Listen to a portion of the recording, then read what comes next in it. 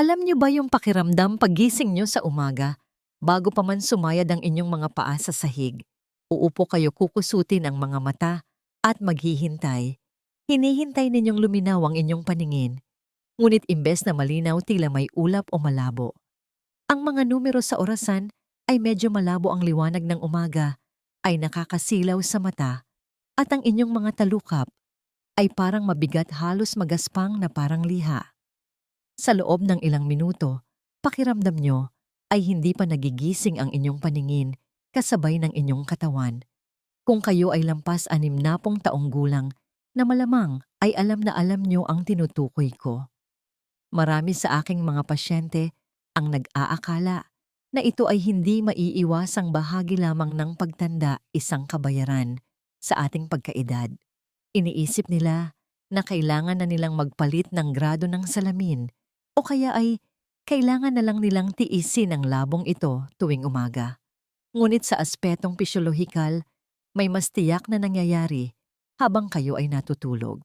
Ang panlalabong iyon, ang panunuyong iyon, at ang mabagal na paglinaw ng paningin ay kadalasang isang biolohikal na senyales na ang inyong mga mata ay literal na kinulang sa mahalagang suporta sa buong gabi. May isang mekanismo sa ating katawan partikular sa kung paano humihigop ng oxygen ang kornea at kung paano nililinis ng retina ang mga dumi metabolic waste na nakadepende ng buo sa kung ano ang dumadaloy sa inyong dugo habang nakapikit ang inyong mga mata.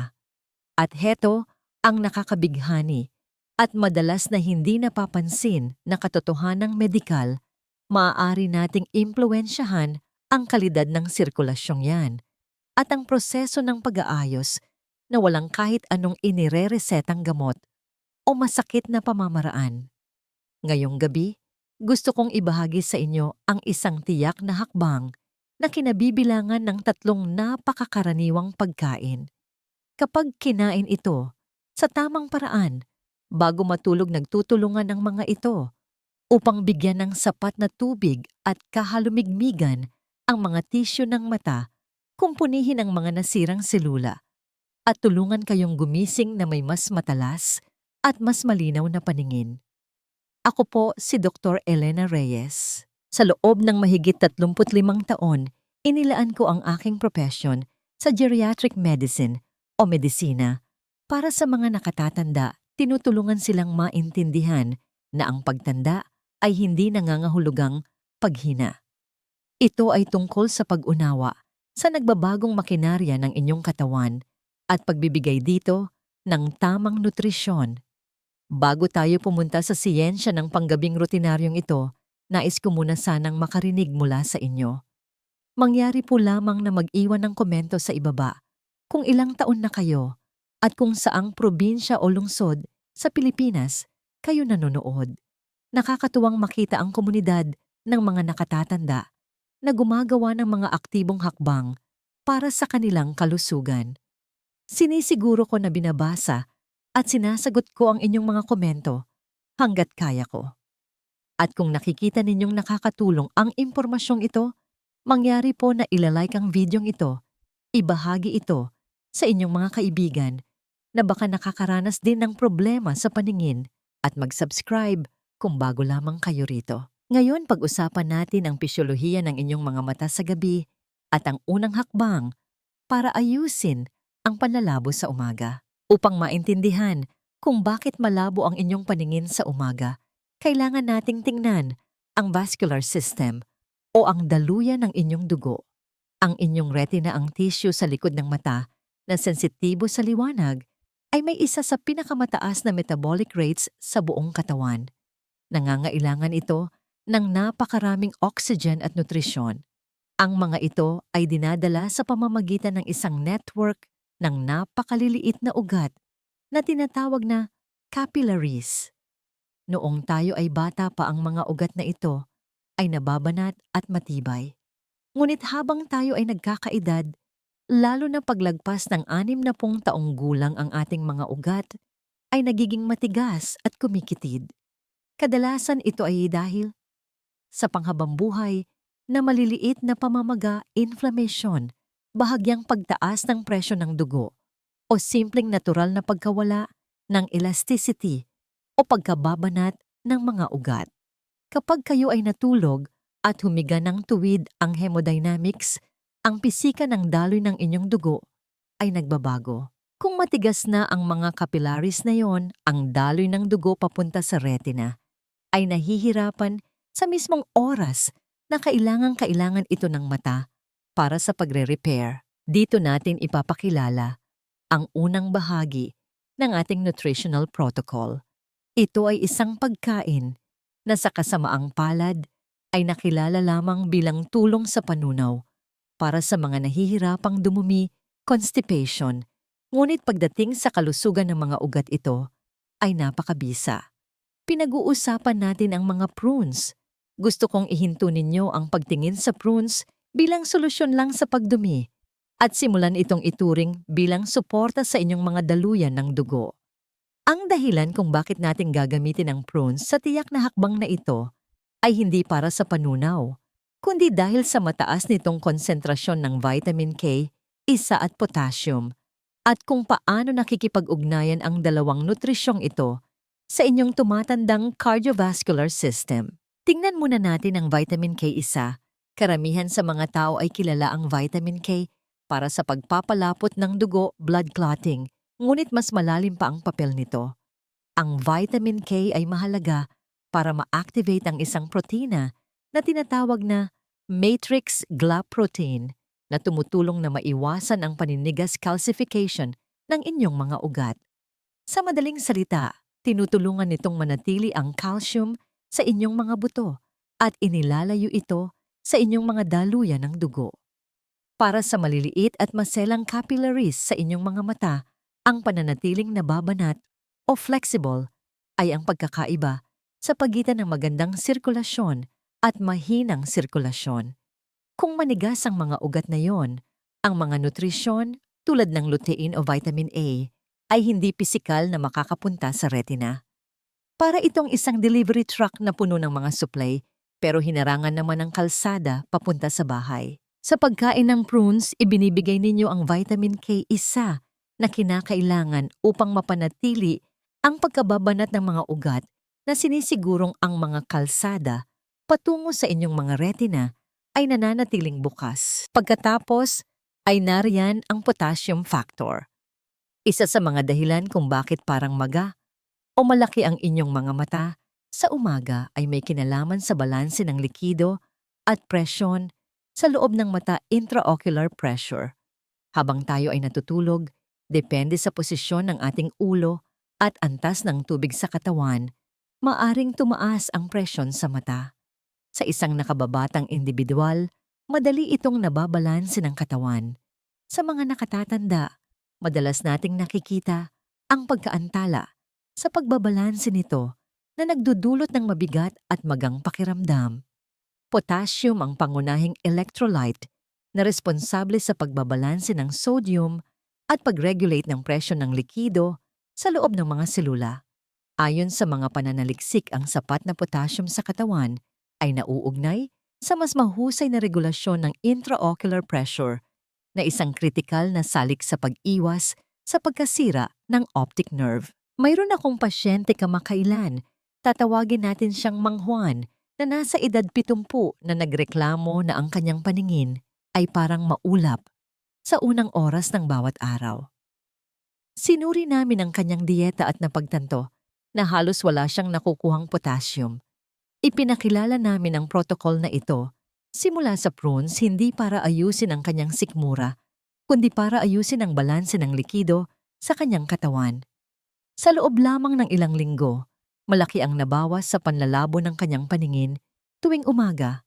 Binibigyan lamang niya ang kanyang katawan ng balanseng electrolytes na kailangan nito upang pamahalaan ang presyon ng likido magdamag. Bukod pa rito, ang prunes ay mapagkukunan din ng antioxidants, partikular na ang phenolic compounds na tumutulong na protektahan ang cholesterol sa inyong dugo mula sa pag-oxidize. Ang oxidized cholesterol ang madalas na dumidikit sa mga dingding ng ugat. Sa pagbabawas ng oxidation na ito, mas sinusuportahan natin ang maayos na daloy ng dugo. Kaya ang unang hakbang sa ating panggabing rutina ay ang kumain ng isa o dalawang walang asukal, unsweetened at pinatuyong prunes mga 1 oras bago matulog. Nagsisilbi itong pambukas. Inihahanda nito ang mga daluyan ng dugo. Sinisiguro nito na ang mga ugat na nagbibigay ng dugo sa inyong mga mata ay nakarelax at ang presyo ng likido ay balanse. Ngunit ang pagbubukas ng mga kalsada ay unang hakbang pa lamang. Kapag maayos na ang daloy ng dugo, kailangan nating siguruhin na ang mga idinideliver na ito ay nagbibigay ng tunay na proteksyon laban sa pagkasira na nangyayari habang kayo ay natutulog. Dito pumapasok ang konsepto ng oxidative stress at ang pangalawang pagkain sa ating listahan. Matapos nating maitatag ang mas magandang sirkulasyon sa pamamagitan ng pagkain ng prunes, haharapin natin ang pangalawa at parehong kritikal na pisyolohikal na hamon, ang oxidative stress. Isang maling akala na kapag ipinikit mo ang iyong mga mata sa gabi, tumitigil na rin ang trabaho ng retina. Ang totoo, ang retina ay nagsasagawa ng malawakang paglilinis. Sa araw ang inyong mga mata ay binabayo ng UV radiation at high-energy blue light.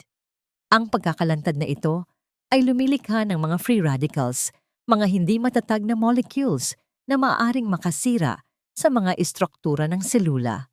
Maihahalin tulad ito sa isang makina ng sasakyan na naglalabas ng usok.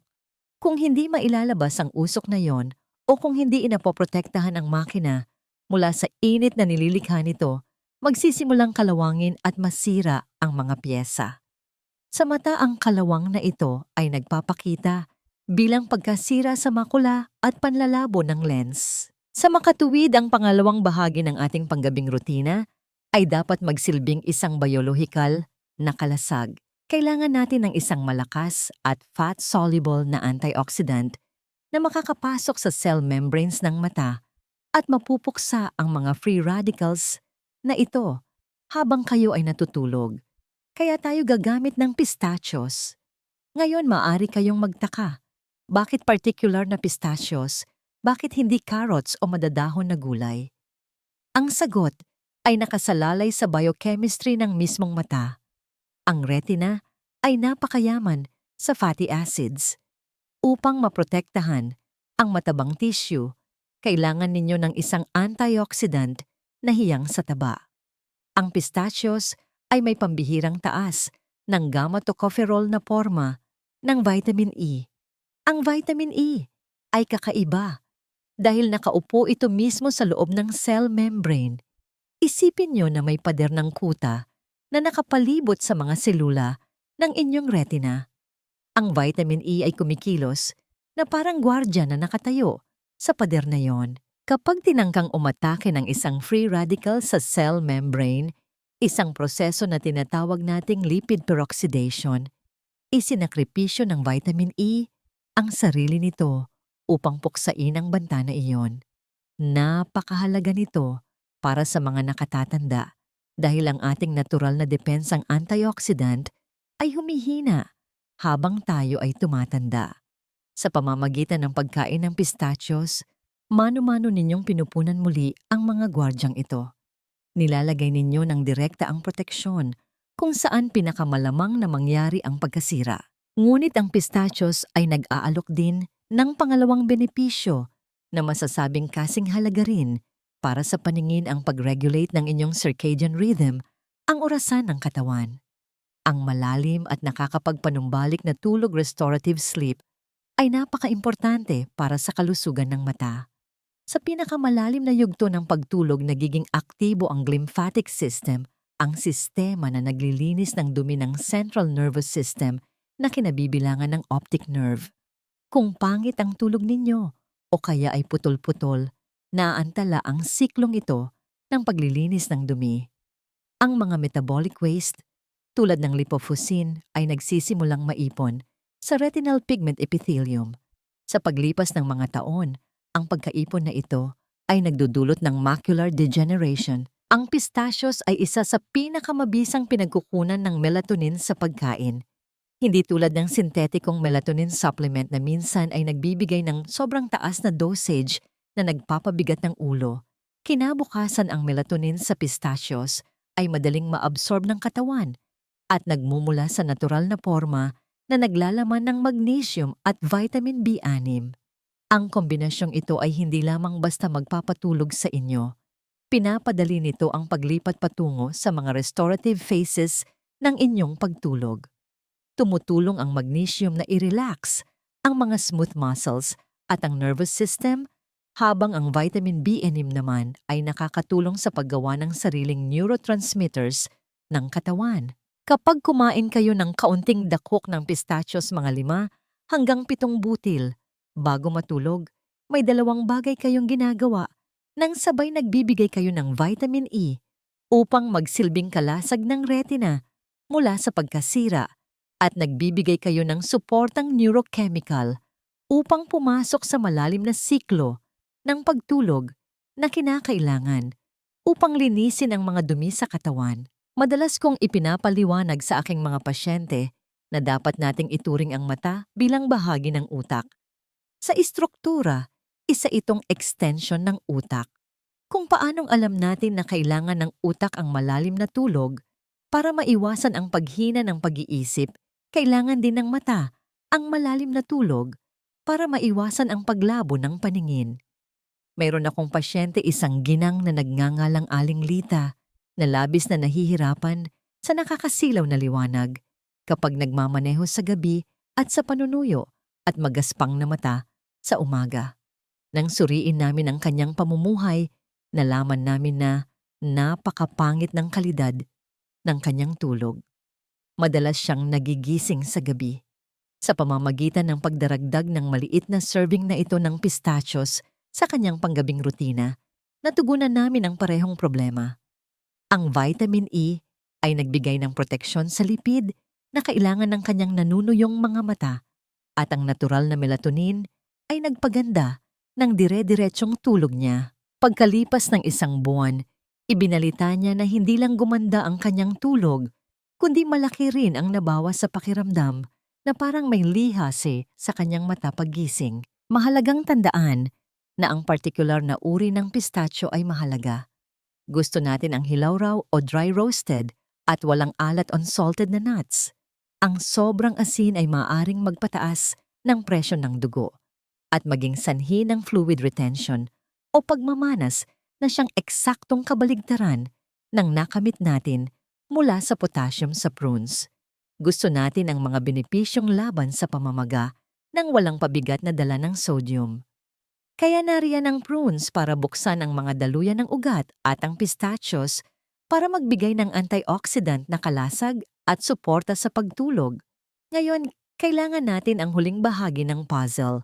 Kailangan natin ng materyales para sa pagmuling pagbuo, reconstruction. Maganda ang proteksyon, pero mas maganda ang pagkumpuni. Kailangan nating buuin muli ang mga cellular structures na pisikal ng nasira. At para riyan titingnan natin ang pangatlo at huling pagkain. Naayos na natin ang sirkulasyon at nakagawa na ng kalasaglaban sa oxidation. Ngayon naman, kailangan nating tugunan ang matibay na istruktura ng mismong mga selula ng mata. Habang tayo ay tumatanda, ang mga lamad membranes ng ating mga selula ay may posibilidad na tumigas. Ang bata at malusog na selula ay may lamad na tuloy-tuloy at madaling tagusan. Madaling nakakapasok ang nutrisyon at madaling nakakalabas ang mga dumi. Ang tumatandang lamad ng selula ay nagiging matigas, parang tumitigas na kabibi. Ang paninigas na ito ay pangunahing dahilan ng dry eye syndrome at ng kawalan ng kakayahan ng mata na mabilis na luminaw, kaya naman inaabot ng matagal bago luminaw ang paningin ninyo sa umaga. Upang mabaligtad ang paninigas na ito, kailangan nating magpasok ng mga mahahalagang fatty acids na literal na isinasama ang kanilang sarili sa pader ng selula upang ibalik ang pagiging malambot nito. Dito pumapasok ang ikatlong elemento, ang chia seeds. Ang chia seeds ay madalas na binabaliwala bilang isang uso lamang Ngunit ang kanilang biochemical profile ay napakalalim para sa kalusugan ng mga senior citizens. Sila ay isa sa pinakamayamang plant-based na mapagkukunan ng alpha-linolenic acid, ALA, isang uri ng omega-3 fatty acid.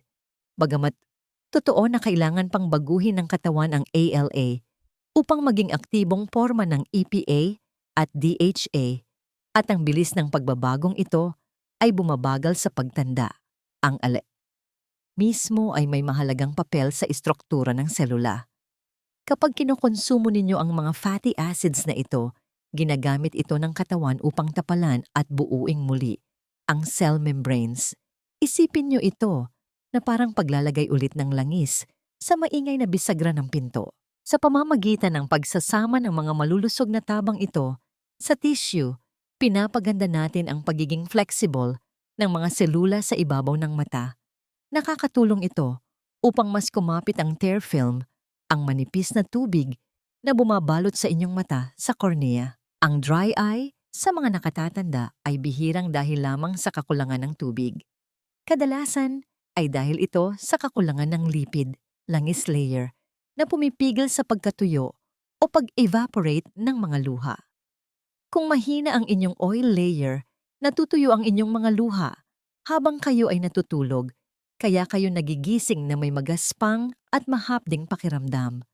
Ang omega-3 sa chia seeds ay tumutulong na pabutihin ang kalidad ng oil layer na yon, na binabawasan ang evaporation at pinapanatiling lubricated ang mata buong magdamag. Ngunit may isa pang lihim na sandata.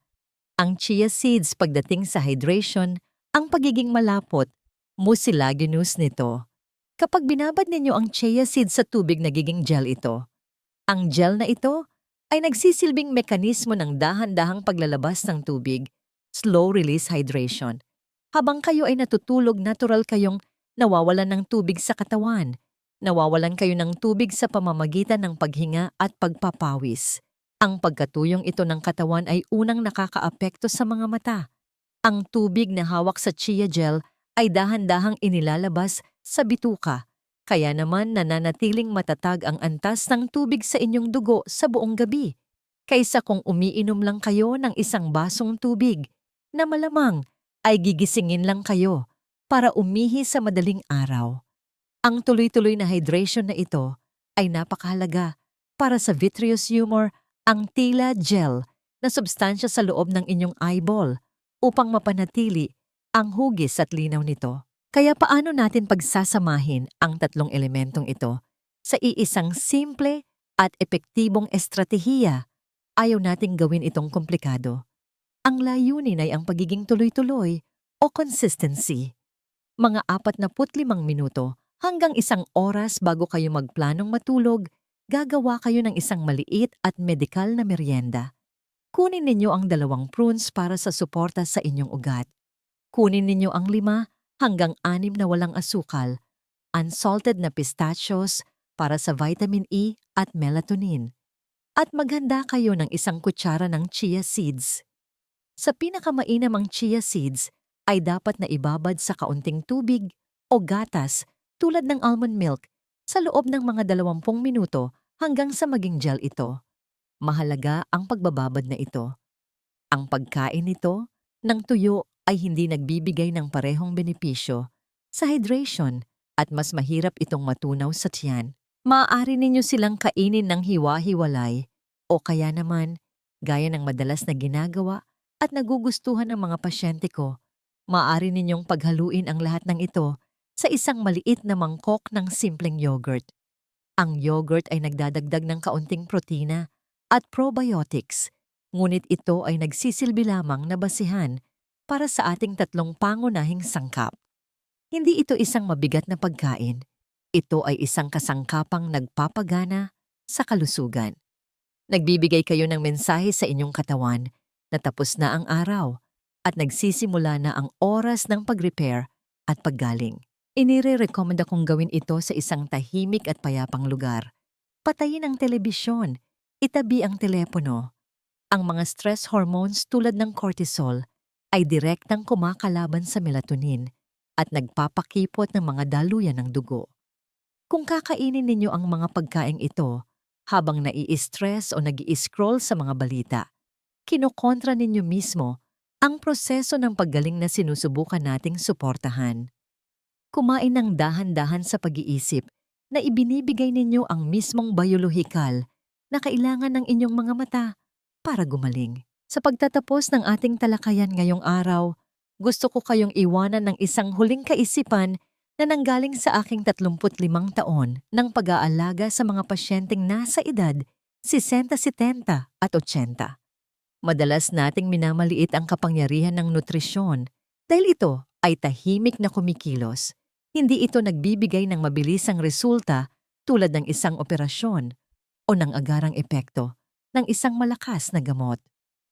Ngunit ang ating pinag-usapan ngayon, ang pagtutulungan ng prunes na nagbubukas ng inyong mga ugat ng pistachios na nagsisilbing kalasag ng inyong retinas mula sa stress at ng chia seeds na bumubuo muli sa inyong cell membranes ay isang napakahalagang puhunan para sa inyong biolohikal na tibay. Ang tunay na paggaling iyong pangmatagalan ay bihirang makuha sa mabilisang solusyon. Ito ay tungkol sa consistency o pagiging tuloy-tuloy. Ito ay tungkol sa naiipong epekto ng maliliit at positibong desisyon na ginagawa ninyo gabi-gabi. Mangyari po sanang tandaan na ang inyong katawan ay napakagaling mag-adjust, ngunit sumusunod ito sa sarili nitong orasan. Ang biolohikal na pag-aayos ay isang proseso, hindi isang mabilisang kaganapan. Bagamat ang ilan sa inyo ay maaaring makaramdam ng pagbabago sa loob ng ilang araw, para sa iba, maaari itong tumagal ng ilang linggo bago lubusang manuot ang mga nutrisyong ito sa mga tissue at para ang pagbabago sa selula ay magresulta sa mas malinaw na paningin. Maging mapagpasensya sa inyong sarili. Huwag panghinaan ng loob kung hindi agad mawala ang panlalabo sa umaga. Magtiwala kayo na sa pamamagitan ng pagbibigay ng mga materyales na ito, ginagawa ninyo ang inyong parte at ginagamit ng inyong katawan ang mga yaman na ito kung saan sila pinakakailangan. Ang kalusugan sa ating pagtanda ay hindi isang loterya na basta na lang pinapanalunan. Ito ay isang hardin na matiyagang inaalagaan araw-araw. Wala mang instant magic ang bawat maliliit at masustansyang desisyon natin tulad ng pagkain ng tama. Bago matulog ay nagtatanim ng magandang ani para sa mas malinaw at masiglang bukas.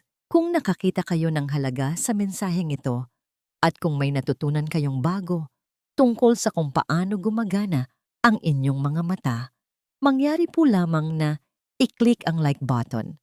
Mukha man itong maliit na aksyon, ngunit nakakatulong ito upang maabot ng mahalagang impormasyong ito ang iba pang mga senior citizens na maaring naghihirap din sa parehong mga issue at posibleng mailigtas natin sila sa hindi kinakailangang pag-aalala. Mangyari po lamang na mag-iwan ng komento sa ibaba. Ilang taon na po kayo at mula sa ang probinsya o lungsod sa Pilipinas kayo nanonood. Kung hindi niyo pa po nagagawa, mangyaring mag-subscribe sa ating channel at i-share ang videong ito sa inyong mga kaibigan, kapamilya o mahal sa buhay. Bumubuo tayo ng isang kilusan ng mga taong tumatangging hayaan ang edad na magtakda ng kanilang mga limitasyon. Maraming salamat po sa inyong oras, sa inyong tiwala at sa pagpapahintulot sa akin na maging bahagi ng inyong araw. Ako po si Dr. Elena Reyes. Inaasahan kong makita kayo muli sa ating susunod na pagkikita. Hanggang sa muli, manatiling maagap, manatiling malusog at alagaang mabuti ang inyong mga mata.